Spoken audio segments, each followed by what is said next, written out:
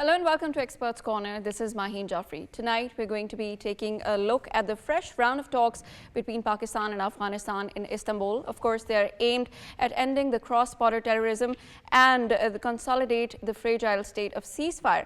Also, both these sides are going to be taking a look at the implementation of the consensus reached at the previous rounds of talks and also bring up modalities on how these mechanisms are going to be monitored and evaluated. Pakistan's stance remains same, and Pakistan's stance is a singular point agenda with Afghanistan that the cross-border terror attacks has to stop from that side. Also, we are going to be talking about how critical these round of talks are this time, because this is the third round, and are we really going to see an end towards the cross-border terrorism? And if this does not happen, then what would be the future prospects for both Pakistan and Afghanistan? Next, we're going to be talking in our show regarding Bihar's poll, of course, a very important political event that's happening in northern India. And this is seen as a battleground because, of course, BJP would want to win in that state because it has to gain control of the governance that it is doing since 20 years. And, of course, that's a battleground, that's a gauge, that's a measure to test the popularity of the BJP. It's one of the poorest states there. So we'll be discussing regarding all the importance of these elections and the outcome for the BJP and what are the implications when it comes to the national politics. Now, for further details and analysis, we have been joined by our analysts and experts, Farrukh K. Pitafi in studio. Also, we are joined by Fatima Shaheen and Mr. Hassan Khan, Afghan Affairs expert online. Thank you so much, all of you, for joining in. Welcome to the show. Thank you. Mr. Hassan Khan, starting from the third round of talks, we see Pakistan and Afghanistan are engaged in Istanbul once again. And how seriously do you think Afghanistan this time is considering Pakistan's single point agenda, that is to control the cross-border terrorism? Thank you very much. As you said that this round of talk is very crucial. Definitely, it's very crucial, and that's the reason that the level of the delegates have been upgraded. Pakistan is being represented by the NSA and head of the spy agency, General Asim, and the Afghan side is represented by Abdul Haq Wasiq, who is a senior Taliban leader and also head of the GDI, General Directorate of Intelligence, and he's very important. And I think the seriousness is also being shown as before leaving for Istanbul, the Afghan delegation, as per reports, have been to Kandahar, and reports are that they met with the Mullah Hibatullah, the head of the Taliban regime, the spiritual head of the Taliban regime, who's a very crucial role in all the affairs, and has got instruction from Mullah Hibatullah. So definitely, I think the last 1 week provided a lot of time to ponder, to think, and understand the Pakistan's position, because in the previous Istanbul talks, which held on October 25th to October 30th, Afghan side definitely understand what Pakistan wants, and Pakistan was not, I think, giving any space going beyond talking on the TTP, though Afghans have very smartly tried to include other subjects, and now they have started accusation against Pakistan, like Pakistan housing or giving shelter to the Daesh, etc. Pakistan airspace is being used by the American drones, which they have not any evidence about it. So I think both the sides are quite serious this time, and the seriousness is being shown by the level of the delegates, because this last time, the Afghan side was very much confused whenever there was they were close to the agreement, when they were close to the understanding, so they have to call back either Kabul or Kandahar or Khost, so the different factions of the Taliban regime. So that, I think, caused a lot of trouble for both the delegates, and also I think the host and the facilitator, both the Doha, the Qatari envoy representative and the Turkish representative. So this time, I'm pretty sure, though the dialogues which were scheduled to begin at 2 or at 4 as per the Pakistani time begins a bit late, but I'm sure this time it will give certain results. Given that you're talking about the team leaders who are going to lead the dialogue, and we know, as you pointed out, that they are going to be the spy masters of both sides, and then we are told that Turkey and Qatar are also represented by similar spy masters there. Do you think that this actually suggests that there is going to be talk actually of modalities of checking cross-border terrorism? Secondly, before coming here, I took the liberty of checking your vlog, and in that vlog, you particularly actually spoke about Mullah Habtullah's very stern line. Do you think that that is a potential threat to the dialogue, or no, it won't impact it that negatively?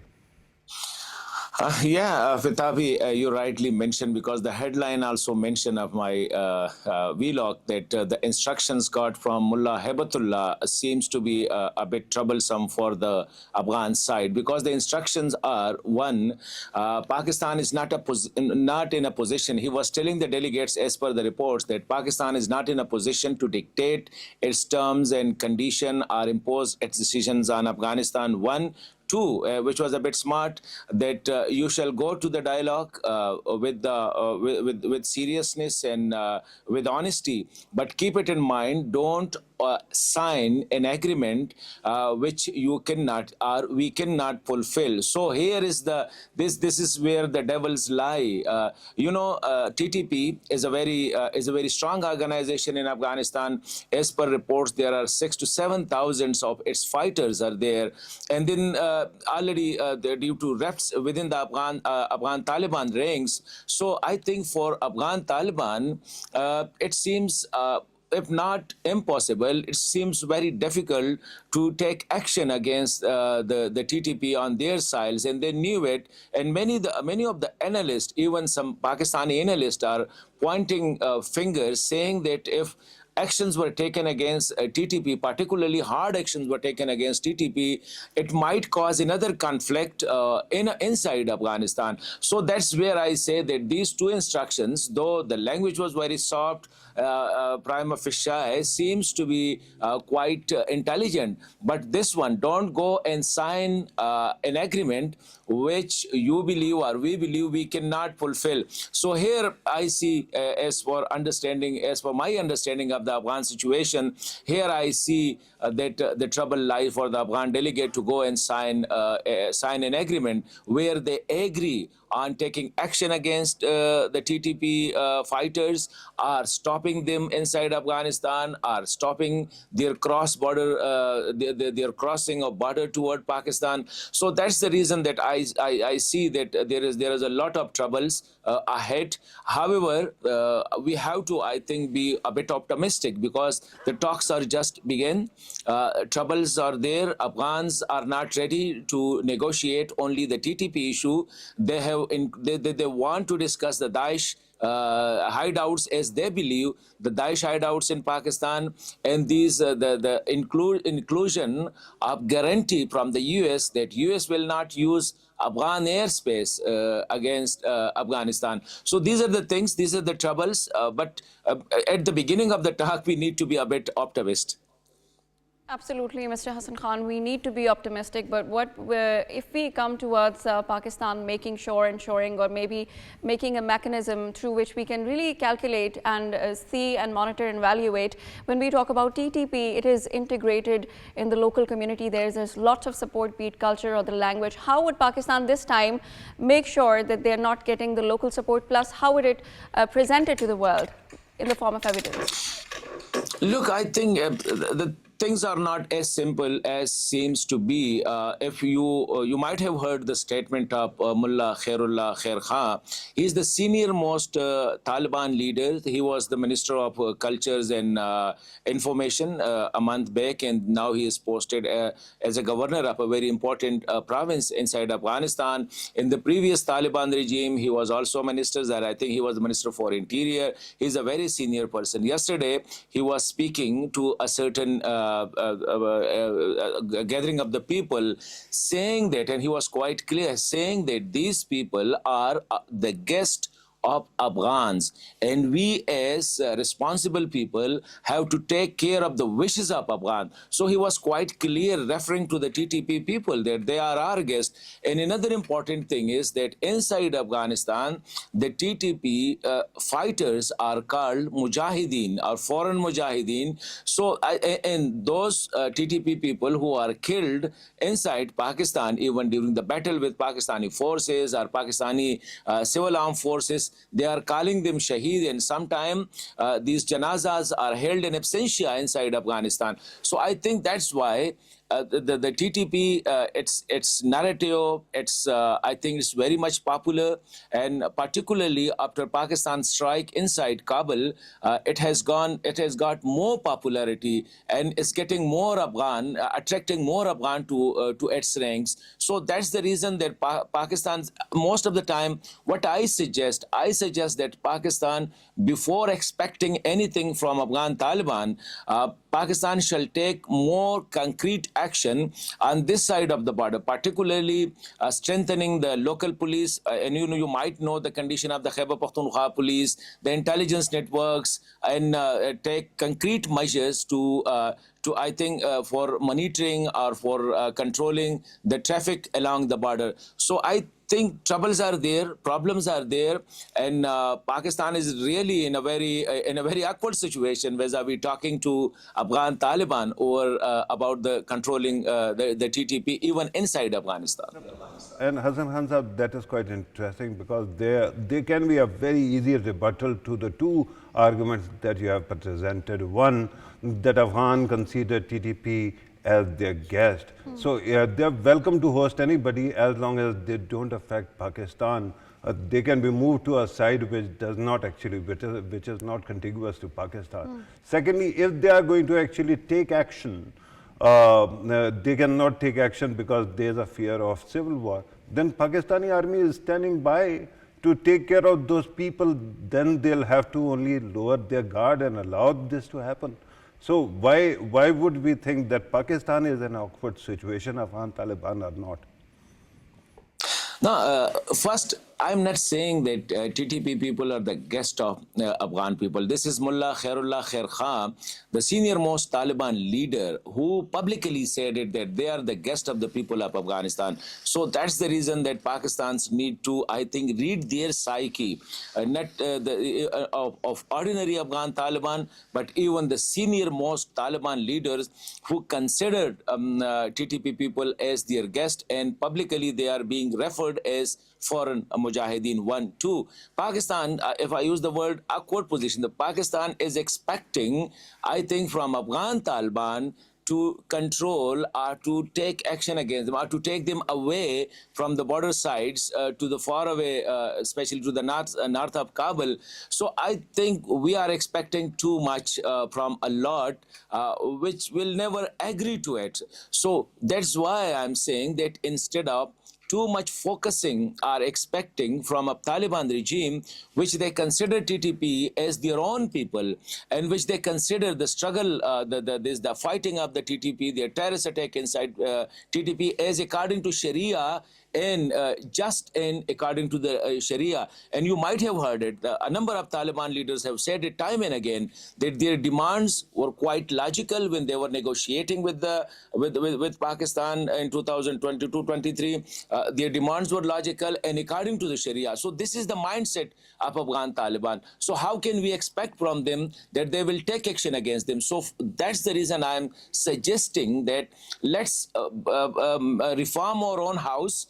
Even at the moment, the situation in Khyber Pakhtunkhwa, especially the civil armed forces, particularly the police, they have not been that equipped or that trained. Even the CTD is not up to that mark to fight against these terrorists in the streets of Khyber Pakhtunkhwa. So everywhere we have to move the military. So that's why I say that Pakistan is really in a very difficult situation, expecting something from the people, which I believe, as per my understanding, that they will not be willing to even sign an agreement, I think making themselves responsible to for having a certain mechanism that they will control them. Building on this point that you just mentioned, it's a very realistic point of view that you gave, that Pakistan should be working on its side, and we should not be expecting that much and maybe a lot. But at the same time, if you look at Pakistan's stance this time, it was very different, was very hard, was very sure, and was very fierce. So how do you see the options now? Of course, you said we have to bring our house in order first, but how to go about this from this point onwards, as per your expert opinion? And why are they talking if they cannot deliver? Yeah. I think no doubt Pakistan has to. I think all the options, the dialogue options are the options for, I think, negotiation. It is good to exhaust them, and I think it's not only Pakistan which is saying that the TTP is being housed and being harbored and being provided a permissive environment inside Afghanistan. The United Nations 3 consecutive reports have pointed out that there are 6,000 to 7,000 TTP fighters are inside Afghanistan, and you might have read the statement of quadrilateral group, the Chinese, Russians, Iranians, and Pakistan, who not only their foreign ministers have stated that there are a number of terrorist syndicates, particularly one focusing on Pakistan, the TTP and the BLA, Jaish-ul-Adl and Jundullah for Iran, and the ETIM for China, IMU for Uzbekistan, TIP, Tehreek-e-Islami Turkmenistan, this is for the Turkmenistan, and TTT, Tehreek-e-Taliban, Tajikistan. So these are all the groups operating, and I think posing a big danger to the region, to this region.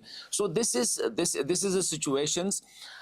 But I think Pakistan's need, this is my understanding, Pakistan need to widen this negotiation with Afghan Taliban, better include other regional countries who are also facing the same threat from inside Afghanistan, whether it is Iran, whether it's Turkmenistan, Tajikistan, Uzbekistan, or Chinese, to build more pressure on Taliban. One, two, I think Talibans also need to get certain guarantee at different level, where if they take action, so they will be supported, and they will be, I think, taken care of. So if this frame of negotiations between Pakistan and Afghanistan, so far it is bilateral, I think if it is taken to a regional level, at a multilateral level, where the Talibans get assurance that they will be supported and they will get support from the international community, then we can expect something out of it, I think.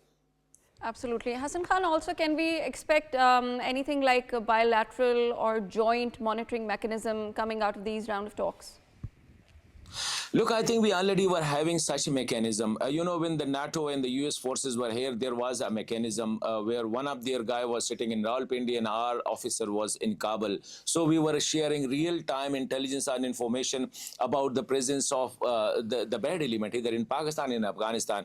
Then we were having a PAPS with the Afghan government. This was Afghanistan-Pakistan Plan for Peace and Security, and that was quite good one, which was also encompassing these things, that we have to act when we get the information about certain elements. So when Taliban came, I think they say that agreement was with the previous government, so we need a new government, so a new agreement. So with the Afghan Taliban, we enter into another agreement, and that is called Pakistan-Afghanistan Joint Border Management Committee. So it is already in place. But the problem is in action. The problem is in I think in Hassan Khan, looking at the current scenario, when we talk about security and looking at the broader perspective, the security of the region overall, we've also seen defense pact of US with India, and we know that India has nexus and India is using Taliban against Pakistan. How do you see the entire talks when we talk about the regional spectrum and the regional dynamics, security dynamics for Pakistan?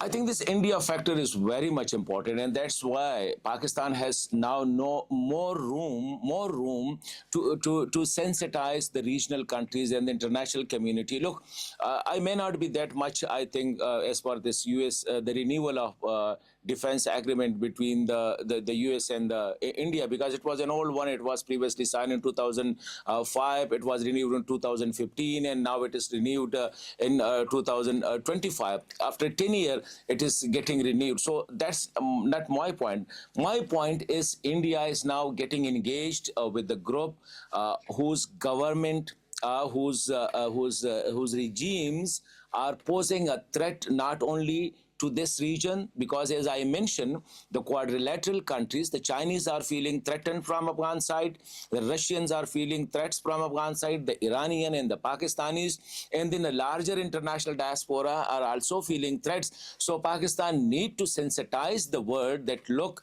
India has, I think, found a friend in the region in Taliban. Today, Sri Lanka is not playing ball with India. Bhutan, Nepal, China, Pakistan, all are, nobody is, I think, on a good terms with India. So India has now only, I think they have to, in this entire region, they are now only banking on Taliban. And for Taliban, the only reason is that their dream is to keep the western border of Pakistan boiling, so to reduce the pressure on the Pakistan eastern side. So it is their long cherished dream of the Indian political leadership, or the government leadership.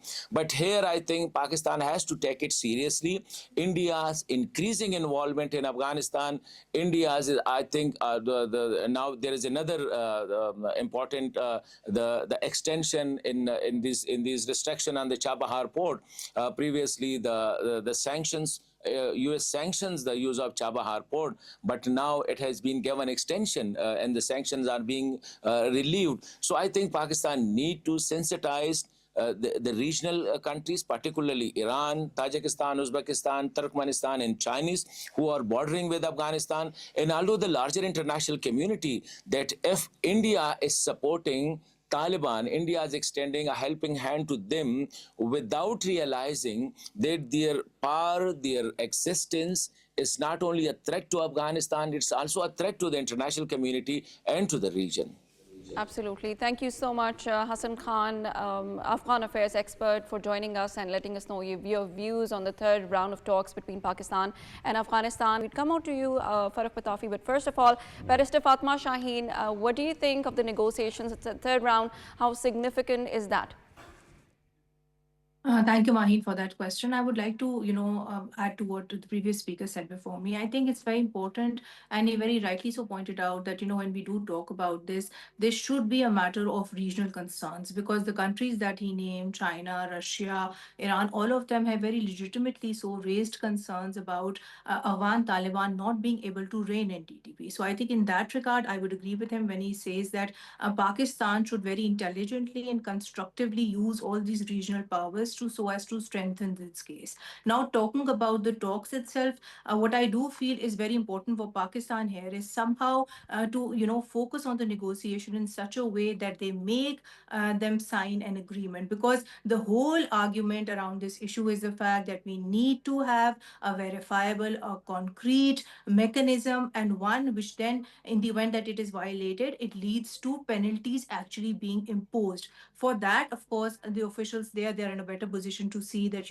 what exactly will be the modalities. But if I was to look at it from a very objective viewpoint, I do feel that there should be, intense form of intelligence sharing. There should be evidence-based sharings. Then we also need to ensure that all the TTP sanctuaries and, people who are actually caught doing all these terrorist attacks, they are put to task. And then, of course, I think what is very important here is also the fact that maybe perhaps in the pursuit of having a written agreement with the Taliban, putting forward all these claims the way they are actually drafted out, maybe Pakistan can also put forward this claim that, in the event that there is a violation, this is something that could possibly be taken under the contours of international law as well. So that level of accountability, that level of implementation is something for for which we can then, hold Afghan Taliban responsible. And in this regard, I think something which the previous speaker about before me also deliberated upon. I think what is very important is that we also kind of, utilize the force of Qatar and Turkey so as to push for greater accountability here as well. And that is also something. Barrister Fatima Shaheen, we're a little pressed for time. Farrukh Pitafi, how would you comment, a quick comment on the entire situation? How do you see these talks, third round? How serious are they? Right. I just wanted to clear some air regarding the dialogue between Pakistan and Afghanistan. Multilateral forums exist, but unfortunately, Pakistan is not going to actually use them to carry the weight of Afghan Taliban. That is one thing that should be clear. Regarding the dialogue process itself, of course, if the other side is not letting their people commit to anything, then there's no point. I think there must be some leeway. I'm hoping that Turkey and Qatar can help out, and I hope that they, because I really trust them implicitly, that they really protest the other side to deliver, because these excuses that there's going to be civil war if we fight them, pointless. Yes, I mean, absolutely. because if that is a problem, Pakistan can take them out. Just let us do our job. Absolutely. Right? And regarding them being guests, okay, make them inert, keep them somewhere else. Don't allow them to use your land against Pakistan. One more thing regarding US-India pact that you mentioned. You realize that that is not a pact. It is a framework which essentially, it is a framework which is essentially about sharing information and technology, nothing more than that. Regarding India's status in Quad, even their discussion that it might be replaced by Philippines. So India is not actually using America to get back at right.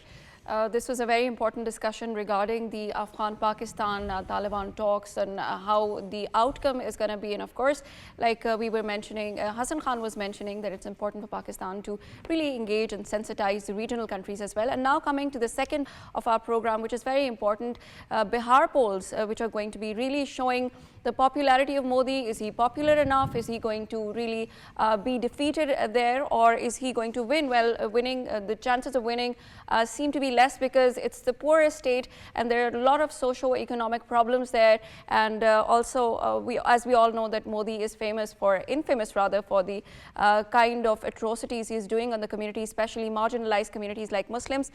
We have Lt.Gen. retired Ghulam Mustafa. Thank you so much for joining in. How do you see these elections for BJP? What do they mean for BJP? I think the truth activity is going to prevail, regardless of whatever Mr. Modi is trying. Let me begin by first trying to put across the view that I think we should understand. One is that Hindutva is a term coined by Modi and his team. It is actually trying to create all-inclusive Hindu nationalism, which is way far from the real truth. Isn't it amazing to know that the real Hindus are just about 20-25% of the entire population. Rest are Muslims and the other caste and non-caste. And the whole thing is even Hindus are divided in a way that the Brahmins have the majority. What I'm trying to point out here is, when it comes to Bihar, and I've been there for over 2.5 years as a prisoner of war, and I've seen the plight of Muslims there. I've seen the plight of non-Hindus there. I've seen the plight of those who have been forced to call themselves Hindu because they have no other way to go. They are poorest of the poor lot. That is how it has been neglected, this whole region. For Modi to win Bihar is critical because it will set the stage for the other state elections that are coming in. All that he has done so far actually has created, in fact, widened the rift that existed between Hindus and non-Hindus, and of course Muslims and others. These deprived classes, particularly when I'm talking about Bihar, they are the people who are going to call the shots against Modi, regardless of what he might try. Why I'm saying that is because Modi has done very little to create a sense of belonging for these people. They are the people who are actually shunned. They have been forced to, they have been included forcibly as part of what you call it Hindu and non-Hindu cultures. So actually, Bihar elections, regardless of whatever our own media says, unfortunately, our study of Hinduism is very limited. Therefore, we tend to get carried away by the rhetoric that Mr. Modi and his team are trying to put across. The case is totally opposite. This time, Modi Saab is going to face just the music in a way that what I'm trying to highlight will come out very openly. The divisions that, the cracks that exist in the Indian society as a whole, in the polity as a whole, that is going to show in these elections. And therefore, whether he calls it Hindutva or whatever, it's not going to actually work now. Let me point out here also. The other day, DG SPR also pointed this out. They're trying to create a first flag in sea. And I've just read reports that they're now saying that Pakistan-based, the defunct parties which have been totally banned in Pakistan, they have no existence anymore. They are, Modi Sahab and his team are now trying to recreate Falcon 2. And that I believe is going to be a little better coordinated and orchestrated. Because he's trying to find a way somehow to get the people attention towards him and telling people that Bharat Mahan hai. Bharat is not Mahan. Bharat is fractured. And the whole behemoth actually is cracking and its own way. Therefore, what I see and what I think may not happen in the next 1 or 2 or 3 years or maybe 10 years. But Bharat is cracking and cracking very fast. And all those divisions which probably were not visible so far are now showing themselves. Right. General Saab, what you said is quite fascinating because you spoke about your own experience and then you spoke about the status or living, conditions of the Muslims. Now, there is a discussion in the secular part of India that basically this 80-20 principle, Muslim being 20% and 80% Hindus, is a distraction from the actual divide of India, that is elite capture by Brahmins and forward caste, which are barely 9%, and actually 90% are backward caste, including Dalit, which are 17%, 7% are Adivasis, and then 50% are particularly when you talk about them, the Pichhade, or for that matter, OBCs. So that is a distraction. Do you think that because Bihar was the first state where caste divides actually became very clear, that casteism can beat Modi government at its own game?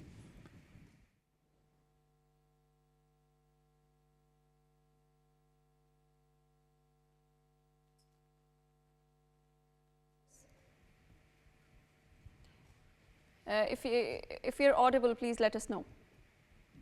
Okay, I think we're not audible to Lieutenant General Ghulam.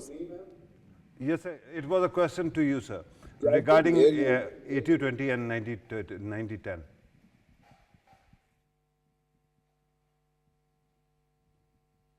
Frankly, I couldn't really make out the question. Can you please repeat the question? Farrukh Pitafi, if you can repeat the question, please.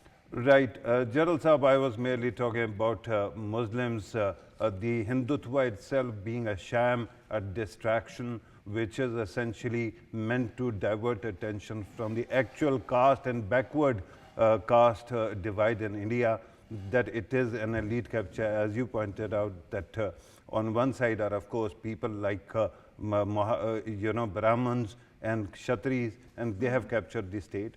And because of that, they keep on distracting. Do you think that because Bihar is a very caste-aware state, that Modi government will be beaten at its own game here, and the backward caste will actually reassert their dominance? I have very little doubt, frankly, because what you call elite capture or Brahman capture, or Brahmanism or Brahman Zionism, that actually is what has come to fore over the last few years that they have been studying India. And that is creating more problems for Hindutva and this kind of philosophy They're trying to create a Hindu nationalism that way. And people in Bihar, I was telling you that I was there for 2.5 years, a prisoner of war, and I've seen the kind of deprivation that people suffer from. And they wouldn't hesitate in telling us as to how they were being treated.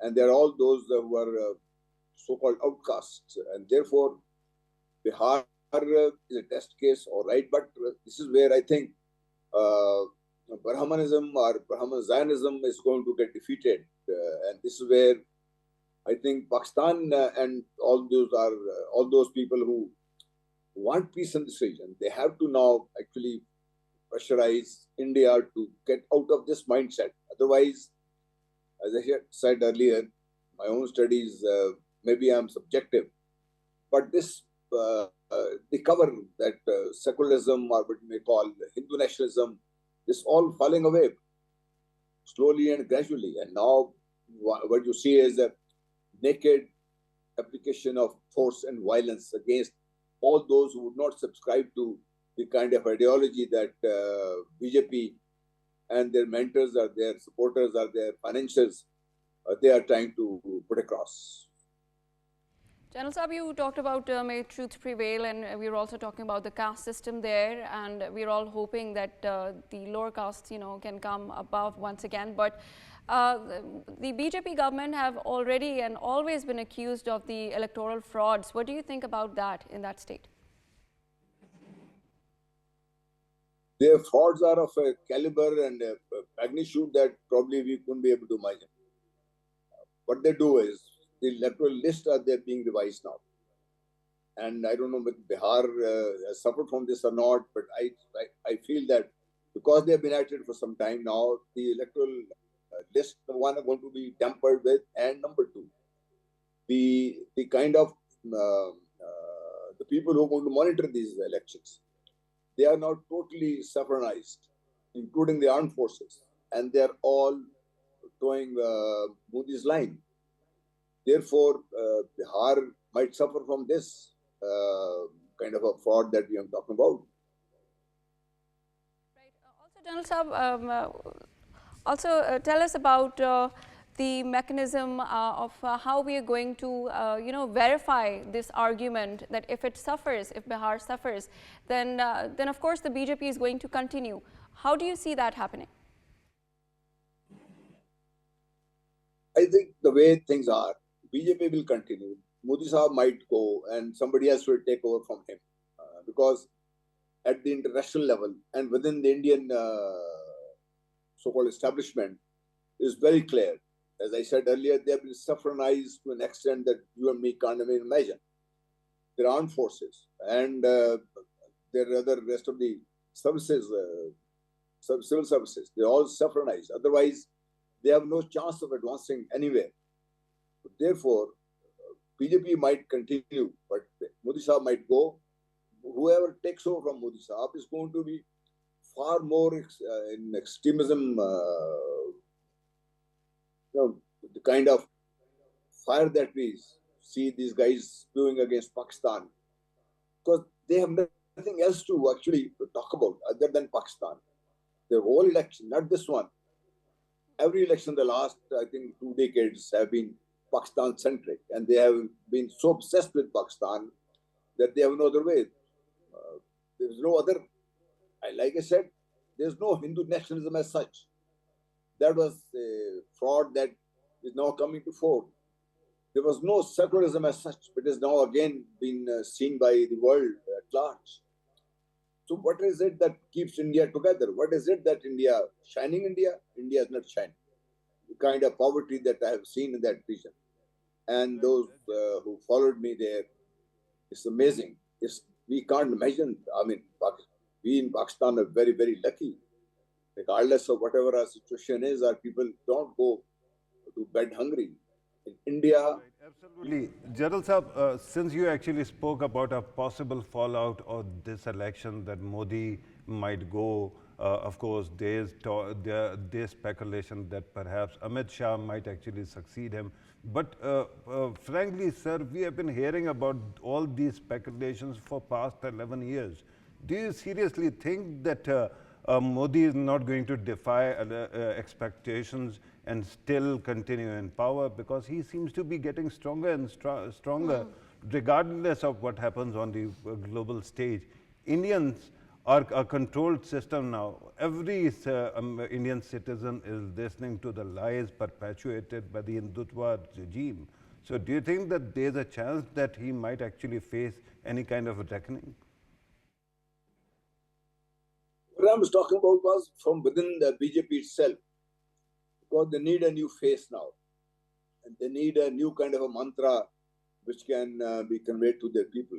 Therefore, my own reading of the situation is that post these elections, Modi Saab may be asked to quietly give way to other people like Amit Shah and Aditya Narayan, and these are the highliners who already are occupying a very important position in BJP. Modi has been in the power for long enough, and he has played his innings, good or bad. According to BJP, I think he is the one who got them into mess in the last turnoff with Pakistan, and therefore, I think it's time for BJP and also Modi Sahab to think of the change. Right. Thank you very much, Lieutenant General Retired Ghulam Mustafa, Defense Analyst, for joining us in our show and letting us know the insightful comments, give our views on how do you see this election, Bihar election. Barrister Fatima Shaheen, how do you see and how would you like to comment? Where do you see the BJP in this battleground? Thank you, Maheen. I think I would want to add a few things here. I think we must talk about this from the perspective of the Indian Constitution as well, because it is very important that we do bring to the audience's attention that India, as it is, claims itself to be a secular nation as per its very constitution. So when we do talk about this whole Hindutva ideology being promoted, what is very important is that by that very virtue, it is not a secular country. It is a country which is then not shrouded upon democracy, constitutionalism, and the core fundamentals of any democracy, so to speak. And then when we do talk about this entire Hindutva ideology, what is also very important to note is the fact that yes, BJP might be highlighted perhaps more in bringing it forward, but we also cannot ignore the fact that the other opposition parties, they have also in ways more than one perhaps shied away from talking about or championing for Muslim minority rights, because they would, inevitably feel that doing that would perhaps lead to a loss of their electoral vote too. So maybe then again we need to look at this from a more broader perspective. Thirdly, I do feel that this entire line is something going towards the Hindutva ideology, and then of course promoting that anti-Pakistan, that anti-Muslim rhetoric is something which has been happening for the longest time now. Even if you talk about it with perspective to the human rights violations, and if you were to study reports, you would see that anti-Muslim raids, attacks on Muslims' properties is something which is then on a soaring high, that to near election time. All because, people who do support this ideology, more particularly BJP and Modi, they would want to play this as something which then consolidates their vote bank, that too against another community. So I think another perspective that we do need to consider is the human rights perspective here. And then again, of course, it goes without saying something which the previous speaker also said, that the fact that India has had, a defeat from Pakistan, that too in May 2025, and then of course the fact that it has a failed foreign policy, the way it has been time and again ridiculed by President Trump for reasons more than one, the way Pakistan's narrative regarding, of course, the way we defeated India in May 2025 has gotten validated.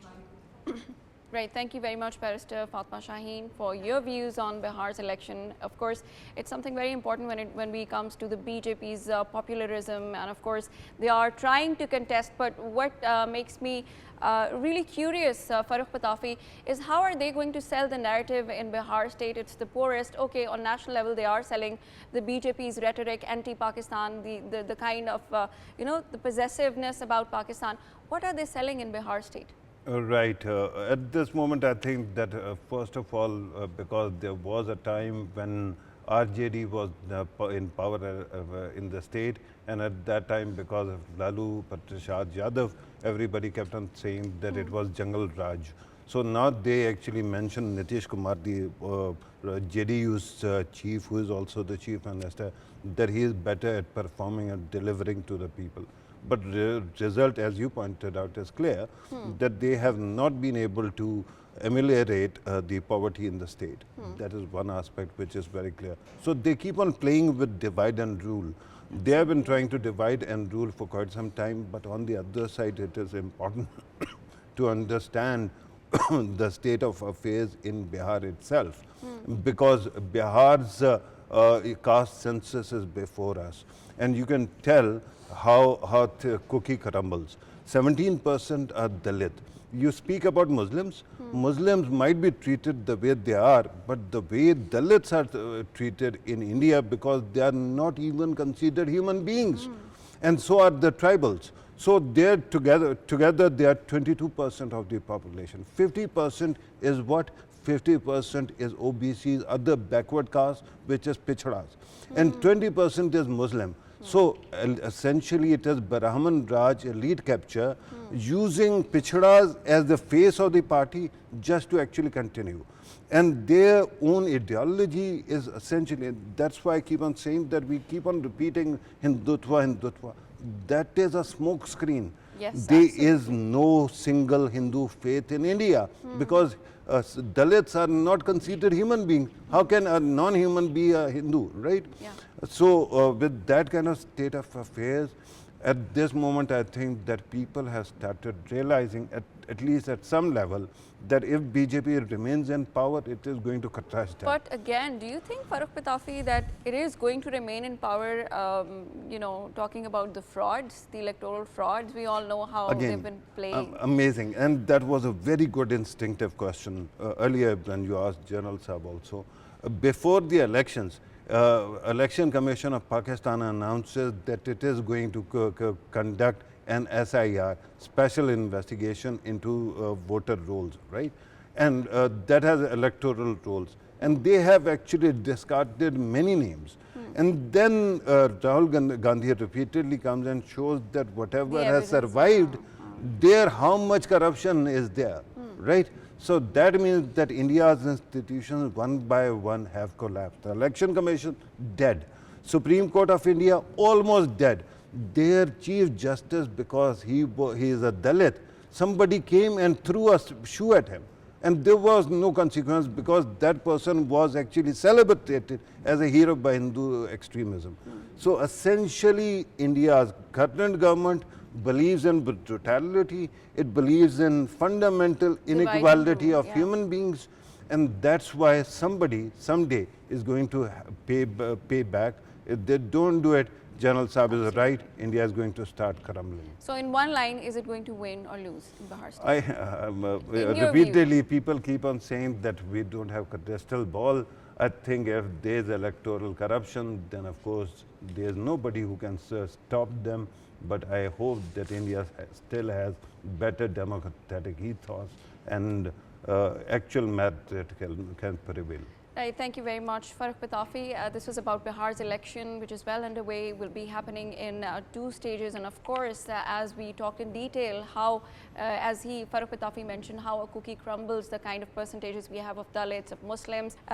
India believes in divide and rule, it believes in the Hindutva policies. But right now we are talking about the poorest state of India, which is Bihar.